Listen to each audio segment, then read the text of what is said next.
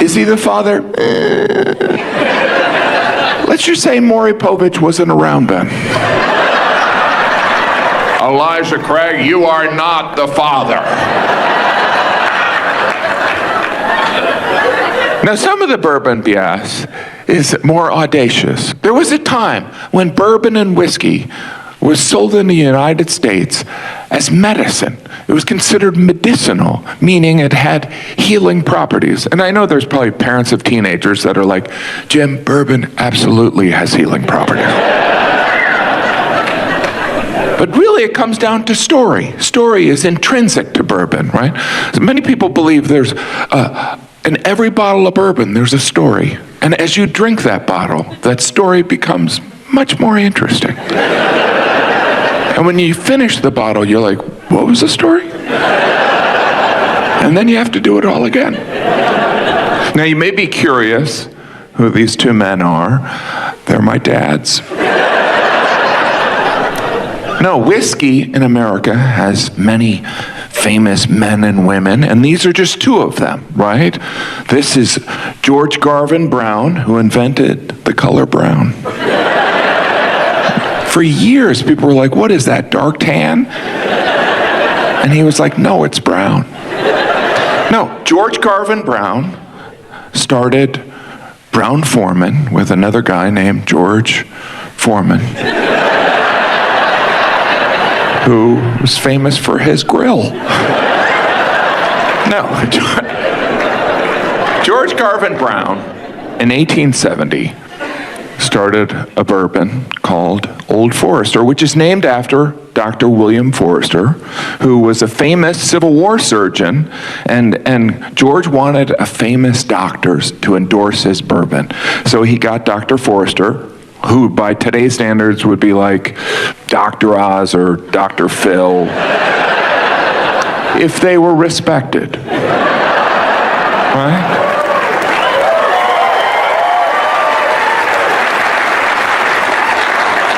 Now, some of the stories are just clever marketing, right? There's a bourbon where all the barrels are aged on a ship at sea. It's called Jefferson Ocean, right? Now, Jefferson has other brands. I should probably say these out loud so I can write them off. There's Jefferson Reserve, Jefferson Tropics, Jefferson Airplane, which changed its name to Jefferson Starship. They really jumped the shark when they came out with that song, We Built This City on Sourced Barrels. By the way, if you get any of those jokes, that means you're old. Jim, let me enjoy the damn jokes!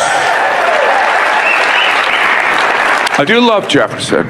There's another bourbon where all the barrels listen to Metallica. I'm not making that up. The barrels only listen to Metallica when they're around their friends. When they're alone, a lot of Boy George. Do you really wanna?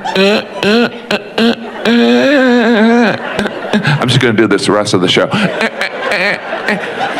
But in both examples, those two are, it's how the barrels are reacting to the vibrations, either from being at sea or responding to the music, that will change the taste of the bourbon. Now, this barrel, which is full, by the way, has been exposed to my stand-up.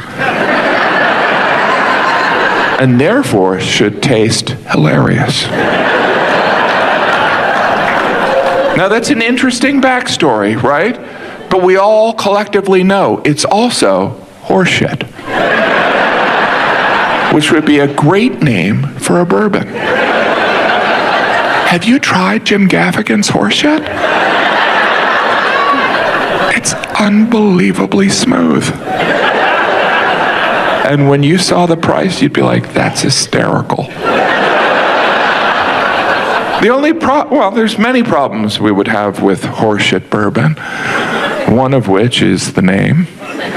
But also, it would be a celebrity spirit, which, I mean, come on, those are the worst.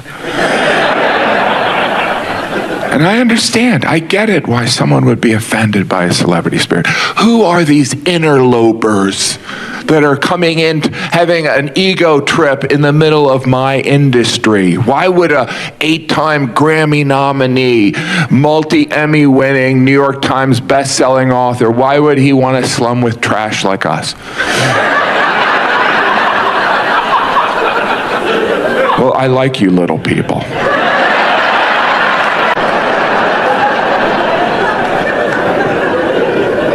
I love the aesthetic inside of a liquor store. It's almost as if some interior designer was like, what if the whole store looked like the back room? We want people to feel like they're in an episode of Hoarders. There's a silence you only find in liquor stores. You ever notice that? People walk around all serious, like they're in an art gallery. Interesting. Maybe this will make the pain go away. Liquor stores have their own vibe, right? There's a decidedly divorced dad energy. Right? A stack of boxes suddenly becomes a shelf. It's not dirty, but it's certainly not clean. Things are handwritten, crossed out. You feel like you've stumbled upon a garage sale in a bus station. It's just not welcoming. Even the placement of the bottle seems a little insulting. The less expensive ones down low. It's the store's way of saying, bend your knee. The more expensive bottles up high, it's out of your reach. The super rare bottles are always in a glass trophy case.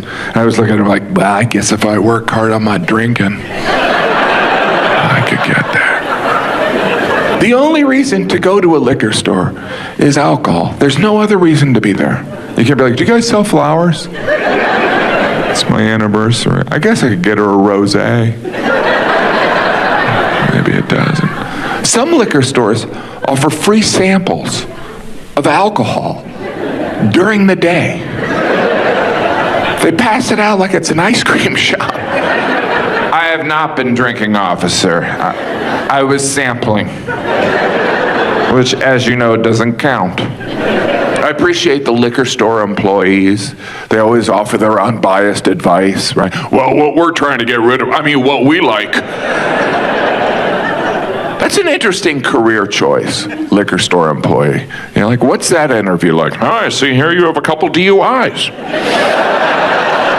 Some major gaps in your employment history. When can you start showing up late?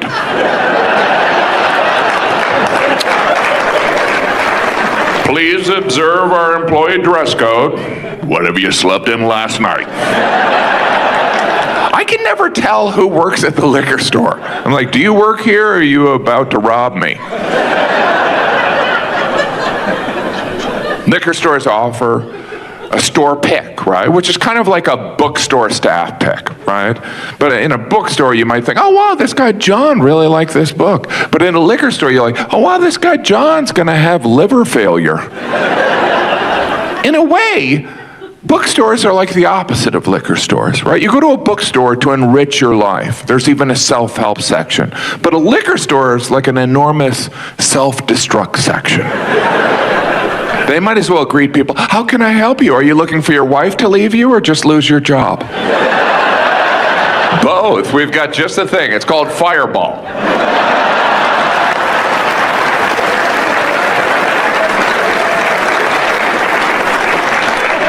Now, if you've never tried Fireball, that means you're leading a productive life. If you do drink Fireball, I don't want you to feel bad, but obviously you do. You're drinking Fireball. What a metaphor for your life. Your life is a ball on fire. It just tastes like cinnamon gum that a drunk guy chewed on. It's not even whiskey Fireball. Technically, it's liquid regret. No, it's flavored whiskey. Flavored whiskey. There's banana flavored whiskey. There's peanut butter flavored, apple flavored. All the variety a preschooler's looking for.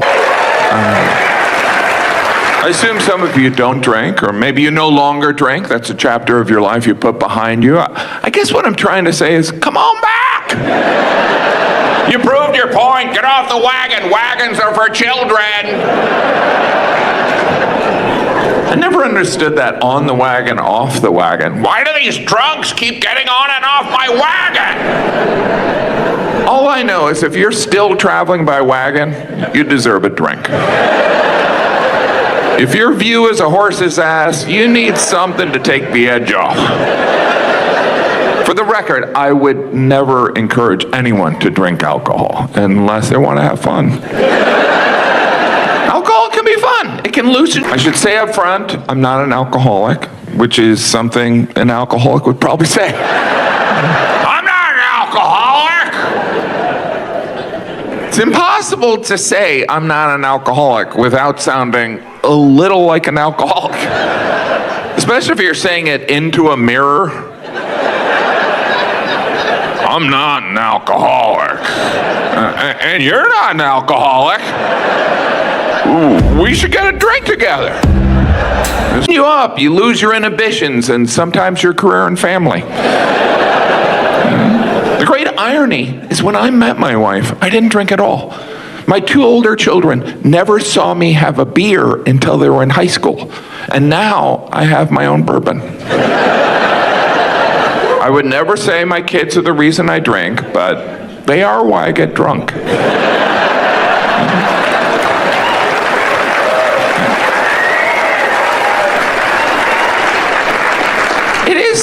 It is weird how adults talk to children about alcohol. Like, we're never honest. It's like, Daddy, why do you drink? Well, it's the only thing I like about being alive.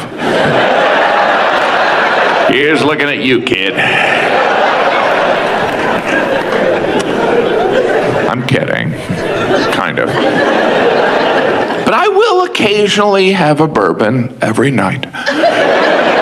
I don't drink bourbon every day. That would be ridiculous. It's just at night. But I only have 2 bourbons, just 2. And after that, I lose count. Because I like a high proof with a heavy pour. I'm a proof whore.